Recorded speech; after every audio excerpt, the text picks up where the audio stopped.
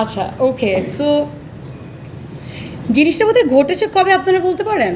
আপনারা সাংবাদিক ভাইরা তো আমার চেয়ে মনে হয় ভালো জানবেন, বিকজ আমি যেদিন জানতে পারি, ফার্স্ট অফ অল আমি একটা কথা বলতে চাই, আমি আইনকে অনেক শ্রদ্ধা করি, আমাদের দেশের আইনকে শ্রদ্ধা করে আমি এতদিন কিছুই বলিনি, বিকজ আইন যেটা করবে বুঝে শুনে করবে। আইন যেটা বলবে সেটা নিশ্চয়ই কারো ফেম, কারো পাওয়ার, কারো টাকা দেখে বলবে না।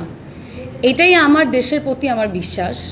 এই জন্য দেখেন, আপনারা কিন্তু অনেক নিউজ করেছেন, লিগ্যাল নোটিশ, মামলা, শাড়ি মামলা। আচ্ছা, আপনারা একটু আমাকে একটু মনে করায় দেন একটু আমাকে, যে ফার্স্ট কবে মামলা হয়? না, এটার উপরে যে মামলা হইতে পারে এটাই আমি আজকে এটা বলবো, wait a second, this is the first time I am talking about this. একটু আমি জানি না যে আই ওয়াজ নেভার আমি জানতাম না এটা নিয়ে আমার আজকে কথা হতে পারে, বাট যেহেতু আপনারা এতগুলা মানুষ, এতগুলো সাংবাদিক ভাইরা আছেন, নিশ্চয়ই 50% আমার খারাপ খেলে 50% আমার ভালোই চান। সো ওই জায়গা থেকে আমি আপনাদের কাছে জানতে চাই, আমি 12 to 14 ইয়ার্স আমি কাজ করছি এই ইন্ডাস্ট্রিতে, রাইট? ভালো খারাপ সব কিছু মিলিয়ে আমি কাজ করছি, কিন্তু আমার কাজের জায়গাটা কিন্তু আমি ধরে রেখেছি। আপনারা আমাকে বলেন, এই ফার্স্ট লিগ্যাল নোটিস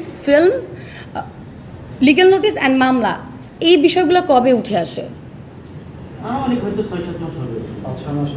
আমি যেদিন আমার ফিল্মের শুটিং শুরু করি তার এক্স্যাক্ট সেকেন্ড ডেতে আমি লিগ্যাল নোটিস পাই। তার 5 দিনের 6 দিনের মাথায় আমার নামে মামলা হয়ে যায়। সো আমরা একটা কথা বলি না, যদি আমরা কেউ উপরে উঠতে থাকি, পিছনে কিছু মানুষ থাকে যারা উঠতে পারবে না, তারা পিছন থেকে টেনে ধরে। I fail the same way. So আমি কি, যেহেতু আইনের ব্যাপার এখন আইনের হাতে আছে, আমি আইনের সাথে আমি আসলে ব্যাপারটা নিয়ে ফেস করে দেন আপনাদের সাথে কথা বলতে চেয়েছি। আমার কি ইচ্ছা হয়নি যে কি ঘটেছে না ঘটেছে আপনাদেরকে একটু বলি? তাহলে আমরা 13 তারিখে পরে এটা নিয়ে হ্যাঁ, ডেফিনেটলি। বাট আরেকটা কথা যেহেতু বলে ফেলেছি, this is the first time I am talking about this, so definitely I have to say lot of things. And একটা কথা না বললেই না। আচ্ছা, 13 বছর 14 বছর ধরে ইন্ডাস্ট্রিতে কাজ করছি, একটা অনলাইন শপের 27,000 টাকার শাড়ি মেরে দেওয়ার জন্য, 27,000 টাকার শাড়িকে মেরে দেওয়ার জন্য এত কষ্ট করে স্ট্রাগল করে নিজেকে একটা শিল্পী বানিয়ে আজকে একটা জায়গায় দাঁড়িয়ে আছি। একটা ইন্ডাস্ট্রির একটা মেয়ের কাজ করা, বা যে কোনো পুরুষতান্ত্রিক সমাজে কাজ করা, ইট ইজ আপনাদের কাছে কি মনে হয় অনেক সহজ কিছু না।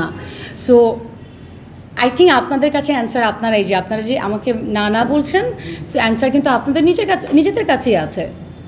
আমার মনে হয় আমার অডিয়েন্সরা অনেক প্যানিক হয়ে যায়। আমি এখনও বলবো, I am here just because of my audience. I have few authentic audience যারা আমাকে মন থেকে আমার কাজকে ভালোবাসে।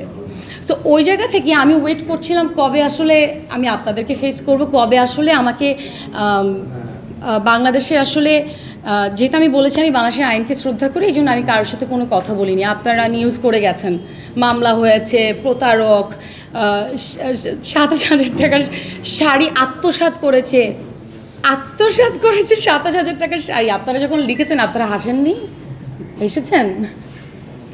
আমাকে যখন প্রশাসনের মানুষ কল করেছে, তার আগে হাসছে, আপু কী হয়েছে, আপনার পিছনে মানুষ লাগছে কেন? আর সবচেয়ে বড় কথা, যে আমার নামে মামলা করেছে আমি তাকে চিনিই না।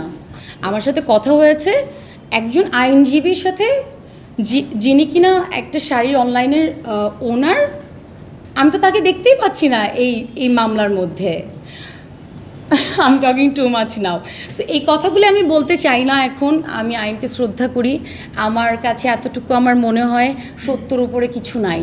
আপনি আপনার যোগ্যতা দিয়ে, সত্য দিয়ে যতদূর এগিয়ে যেতে পারবেন, আপনি মিথ্যা দিয়ে, পাওয়ার দিয়ে, টাকা দিয়ে ততদূর আপনি এগিয়ে যেতে পারবেন না। So I feel like that way, যে টুডে অর টুমোরো সত্যিটা আপনারা সবাই জানতে পারবেন। অ্যান্ড ইয়েস, অফকোর্স, আমার যেহেতু একটা দায়িত্ববোধ আছে আমার অডিয়েন্সের প্রতি, today tomorrow I will say everything what happened. So আমি যে সাইনের প্রতি শ্রদ্ধা রেখে এখন আমি আর কিছু বলতে চাচ্ছি না। Thank you.